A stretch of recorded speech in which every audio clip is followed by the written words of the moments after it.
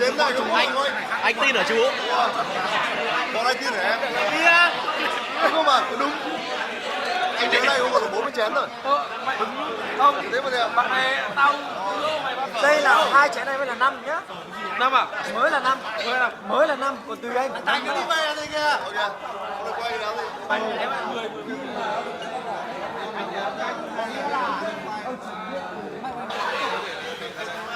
Sao kể đâu cũng được à?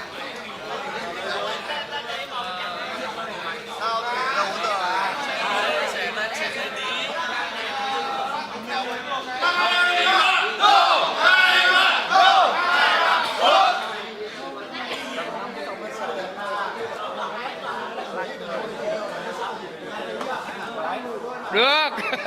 Được. Còn đâu?